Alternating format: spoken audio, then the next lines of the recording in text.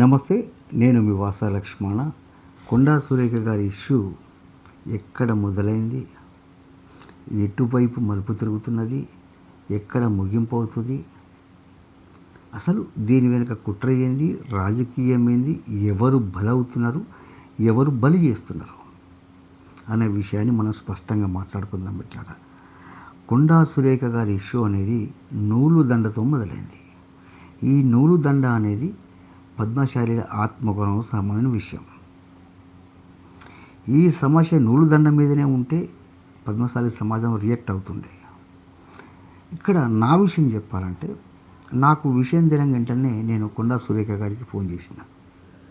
ఆమె ప్రెస్ మీట్లో ఉంది, పిఏ లాగొట్టేసి అన్నా ఇట్లా సంగతి అంటే, సరే అన్న ప్రెస్ మీట్ అయిన తర్వాత నేను ఒకసారి అక్కతో మాట్లాడతాను చెప్పిన. ఎవరి బీజీలో వాళ్ళు ఉండిపోయినాం. తెల్లారేసరికి ఆ కథ మలుపు తిరిగింది. అంటే కొండా సురేఖ గారి విషయంలో పద్మశాలీలు కానీ బీసీలు కానీ స్పందించే విధంగా లేకుండా ఆ ఇష్యూ అనేది అసలు ఊహించని మలుపు తిరిగింది. ఇక్కడ నూలు దండకు సమంతకు సంబంధం లేదు. అంటే ఈ ఇష్యూ వెనుక, కొండా సురేఖ గారి మాటల వెనుక రేవంత్ రెడ్డి గారి కుట్ర ఉన్నదా, కొండా సురేఖ గారు తెలిసే చేసినలా లేక తెలియక ఇరుక్కున్నారా అనేది కొద్దిగా మనం మాట్లాడుకుందాం ఇట్లారా. ఎందుకంటే ఇప్పుడు కొండా సురేఖ గారు తను బాధపడుతూ ఆ నూలుదండ గురించి ప్రెస్ మీట్ పెట్టింది. మన దాకా వచ్చింది, మనం ఫోన్ చేసినాం, చూద్దాం తెల్లారి మరి ఏంది అనుకున్నాం. అనుకున్న లోపే ఆమె ఇట్లా సమంతను రమ్మన్నాడు, కేటీఆర్ దగ్గరికి పోకపోతే విడాకులు ఇచ్చేసిండ్రు అనేటువంటి ఒక జోగుస్. అంటే ఒక మహిళ మరో మహిళ గురించి మాట్లాడలేని మాటలు కొండా సురేఖ గారితో మాట్లాడించలేమో నాకు అనిపిస్తుంది. ఎందుకంటే కొండా సురేఖ గారు ఆమె మొన్న రాజకీయాలకు రాలేదు. వైఎస్ రాజశేఖర రెడ్డి గారు ఉన్నప్పటి నుంచి వెళ్ళి రాజకీయాలు ఉన్నారు. ఎమ్మెల్యే పదవులు అనుభవించిండ్రు, మంత్రిగా చేసిండ్రు, ఎన్నోసార్లు గెలిచిండ్రు, అపారమైన రాజకీయ అనుభవం ఉంది. అలాంటి ఆమె ఇలాంటి వాక్యాలు ఇంత ఈజీగా, ఇప్పుడు వారి మధ్య వైరమైంది, కేటీఆర్కు కొండా సురేఖకు మధ్య వారి పార్టీల మధ్య రాజకీయ విభేదాలు ఉంటాయి, వాటి గురించి మాట్లాడతారు.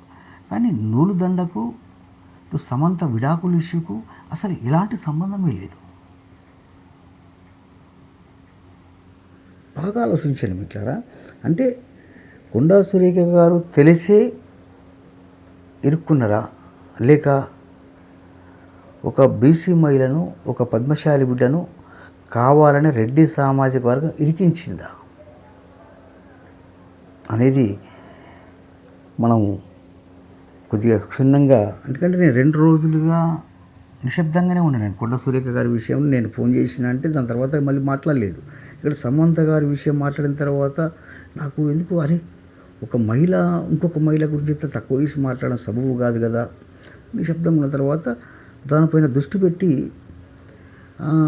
టోటల్లీ అసలు ఏంది, అసలు దీని వెనుక కథ ఏంది, కామనీస్ ఏంది, ఎందుకు ఇట్లా జరుగుతుంది, ఈ మాటలు ఏ విధంగా అంటుంది, ఎవరు అనిపిస్తున్నారు అనేది క్షుణ్ణంగా మనకు పరిశీలించినప్పుడు రేవంత్ రెడ్డి గారు లేక ఆయన అనుచరులు కావచ్చు కొండా సురేఖ గారితో మాట్లాడించాలని మనకు స్పష్టంగా అర్థమవుతుంది మిత్రులారా. ఇందులో క్వశ్చన్ మార్కే లేదు. ఎందుకంటే ఒక పక్క హైడ్రా కూల్చివేతలు, ప్రజల నుంచి తీవ్ర వ్యతిరేకత, ప్రతిపక్షాలకు తీరిక లేకుండా అయిపోయింది ఈ హైడ్రా కూల్చివేతలు, రైతుల వ్యతిరేకత, రుణమాఫీ అంటూ రైతుల వ్యతిరేకత, 6 గ్యారంటీలు అటక మీద పెట్టేసిండ్రు, నేత కార్మికుల వ్యతిరేకత, అంటే టోటల్లీ తెలంగాణ ప్రజల వ్యతిరేకత రేవంత్ రెడ్డి గారిపై మొత్తం ఒక దాడిలాగే ఇస్తుంది. మరి ముఖ్యంగా ఈ హైడ్రా కూల్చివేతలు అనేది రేవంత్ రెడ్డి గారి ఇమేజ్ను, కాంగ్రెస్ పార్టీ ఇమేజ్ను పతనా వ్యవస్థలకు తీసుకువెళ్ళని చెప్పచ్చు. ఇప్పటికిప్పుడు బై ఎలక్షన్లు పెడితే అసలు కాంగ్రెస్ పార్టీకి ఒక సీటు కూడా రాదు అనే విధంగా ప్రజా వ్యతిరేకత మొదలైంది. మరి ఈ ప్రజా వ్యతిరేకత నుంచి డైవర్ట్ చేయాలి,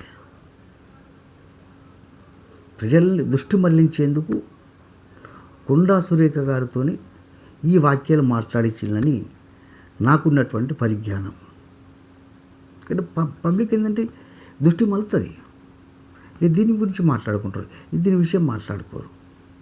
అంటే రేవంత్ రెడ్డి గారి మీద నుంచి దృష్టి కొండా సురేఖ గారి పైన పడుతుంది.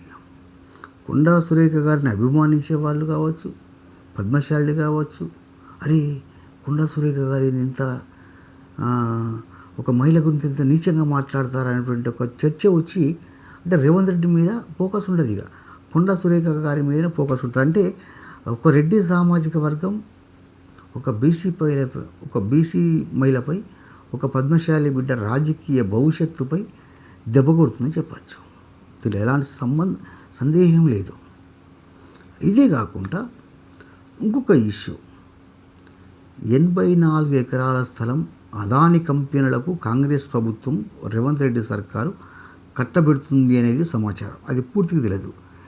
ఈ సమాచారం ప్రతిపక్షాలకు లీక్ అయింది. ప్రతిపక్షాలు దీని మీద ప్రెస్ మీట్ పెట్టకముందే ఈ కొండే సురేఖ గారి ఇష్యూ అనేది దుమారం లేపుతూ ఉంటే ఆ 84 ఎకరాలు కట్టబెట్టేసేయాలి కార్పొరేట్ సంస్థలకు.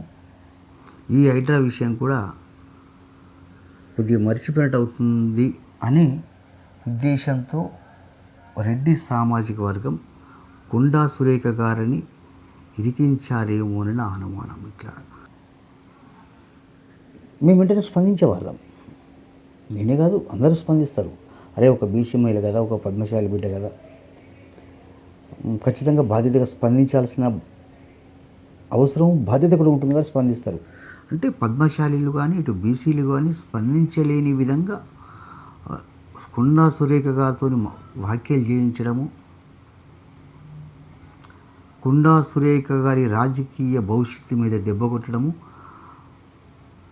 రేవంత్ రెడ్డి సర్కారు చేసిన కుట్ర అని నాకు అనిపిస్తుంది. మిత్రులారా, సినీ ఇండస్ట్రీ, మేధావుల సమాజం, మీడియా వ్యవస్థలు మొత్తం కూడా కొండా సురేఖ మీద పడ్డాయి. అంటే ఇక్కడ సేఫ్ జోన్లోకి పోయింది ఎవరు? రేవంత్ రెడ్డి సేఫ్ జోన్లోకి వెళ్ళిపోయిండు. హైడ్రాలుల్లి, రైతుల వ్యతిరేకత, ఇవన్నిటి నుంచి వెళ్ళి రేవంత్ రెడ్డి కొద్దిగా రిలాక్స్ అయ్యిందని చెప్పచ్చు. అంటే మరి కొండా సురేఖ గారు తెలిసి చేసింలా, మరి తెలియక ఇరుక్కున్నారా, కావాలని మాట్లాడినలా అనేది వారి మనసుకు తెలుసు. కానీ నాకు వచ్చినటువంటి ఒక రాజకీయ విశ్లేషణ మాత్రం పక్కా చెప్తున్నా అండి, క్వశ్చన్ మార్క్ కూడా లేదు. 100% రెడ్డి సామాజిక వర్గం కొండా సురేఖ గారితో మాట్లాడించిండ్రు అని నేను అంటున్నాను. మిత్రులారా, నాకున్నటువంటి ఒక ఆలోచన పరంగా చెప్తున్నా, అన్నీ కూడా రెడ్డి సామాజిక వర్గము కొండా సురేఖ గారిని ఒక పావుగా వాడుకొని ఆమె రాజకీయ భవిష్యత్తును సమాధి చేసే కుట్రనేమో అని నాకు అనిపిస్తుంది. నమస్తే. మీరు కూడా మీ అభిప్రాయం తెలియజేయండి మిత్రులారా.